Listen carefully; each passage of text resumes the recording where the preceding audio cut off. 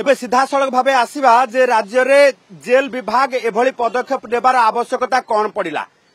आवश्यकता एथपई पड़िला जे जेल रे एबे घलिया पड़िछि। राज्यर विभिन्न जेल रे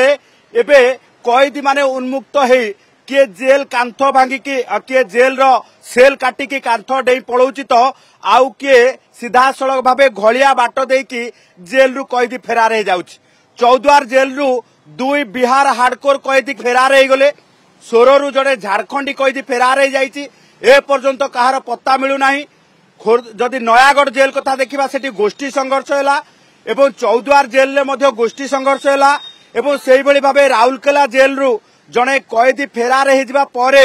क्षत विक्षत हो गोटे जगार जाइकी आत्मगोपन करितला सेठी तार मृत्युवरण हैला। कंटाबांजी जेल रु कैदी पाचेरी डेईकी फेरार हो जिबा बेले गोड़ भांगिला। ये तमाम कथा को देखला बेले को तमाम घटनावली को देखला बेले को राज्यर जेल सुरक्षा व्यवस्था को लेकी जेतेबेले समस्ते चिंतारे सेतेबेले जेल कर्तृपक्ष अर्थात जेल डीजी निजर दोष घोड़ेबा पाई स्टाफ शॉर्टेज कथा उठाउछंती। अर्थात कम संख्यक जेल वार्डर रे जेउ भली भाबे जेल रो सुरक्षा व्यवस्था चलीछि सेठी पाई जेल रे एभली अवस्था जेल रो सुरक्षा को लेकी एभली विचित्र स्थिति देखा मिलुछि जोथि पाई कैदी फेरार हो जाउछंती। ये कथाटी को प्रतिपादित करबा अर्थात प्रूफ करबा पाई जेल डीजी चाहूछंती सेठी पाई और ट्रेनिंग दबा किछि बड़ कथा नुय। होमगार्ड मानकु ट्रेनिंग देई देले से माने जेल वार्डर दायित्व निभेबे जेल रो सुरक्षा व्यवस्था को लेकी से माने कार्य करिवे ये कथाटी हेई पारिबो। किंतु कथा होची जेतेबेले परमानेंट जो रही एम्प्लॉय अछंती अर्थात जो माने स्थायी भाव में नियुक्ति होती जो वार्डर माने से माने जेतेबेले कैदी मानकु जगी पारु नाहंती से माने जेतेबेले जेल को सुरक्षा दे पारु नाहंती जो होमगार्ड माने टेम्पोरारी भाव नियुक्त हेबे जो होमगार्ड को स्टॉप गैप अरेंजमेंट भावे वर्तमान दायित्व दिया जिवो सेमानक ठारू जेल रो सुरक्षा किभली भावे आशा करिबा सेमानक ठारू किभली भावे आशा करिबा जे से माने प्रलोभित हेबे नाही सेमानक ठारू किभली भावे आमे आशा करिबा जे जेल रे जो हार्डकोर कैदी माने रहउचंती से माने होमगार्ड को प्रभावित करि परिबे ना नाही। कारण अनेक जेल रे एमिति समस्या सामना को आसुची जेमिति कि चौद्वार जेल रे जणे वार्डर को एवं चीफ वार्डर को संपूर्ण भावे निलंबित करागला एथि पाई जे दुई बिहार हार्डकोर कैदी दीर्घ दिन धरिकी जेतेबेले सिक्यूरिटी अरेंजमेंट को संपूर्ण भावे जो रही नियंत्रित करने सहित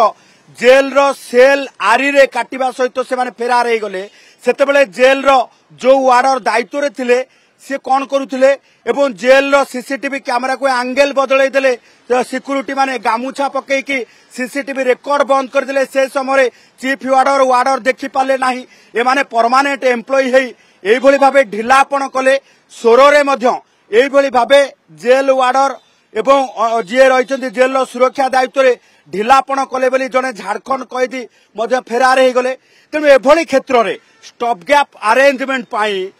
जो होमगार्ड को दायित्व दिया जिवो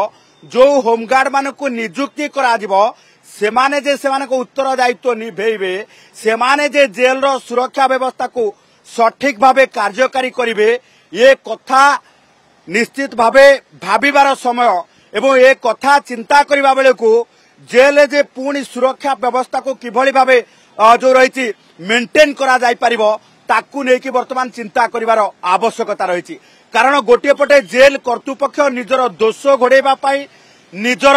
स्ट्रेंथ निजर सुरक्षा जनित उठिथिबा प्रश्न को थमेबा पाई जो भली भावे चिट्ठी लिखुचंती जे होमगार्ड को नेकी जेल सुरक्षा दायित्व दिया जिवो एवं प्रत्येक एसपी को ए नहीं कि चिट्ठी लिखा जाइए जे जो माने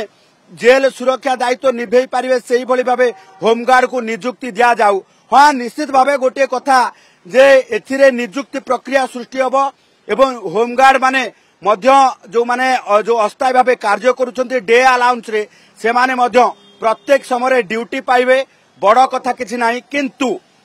जेल भली सेंसिटिव एरिया जेल भली हार्डकोर जो रही कैदी रहुथिबा अंचल रे जे ठिका कर्मचारी को नियुक्ति दिया जिवो ठिका कर्मचारी भावे निजुक्ति पाइथिबा होमगार्ड मानकु सुरक्षा दायित्व दिया दिबो ये कथाटी चिंता करिबा बेलकु निहाती पक्षे प्रत्येक क्षेत्र रे प्रश्न उठिबो जे जेल रो सुरक्षा केमिति चलिबो। Gold making charges at 599, 100% exchange value of your old gold.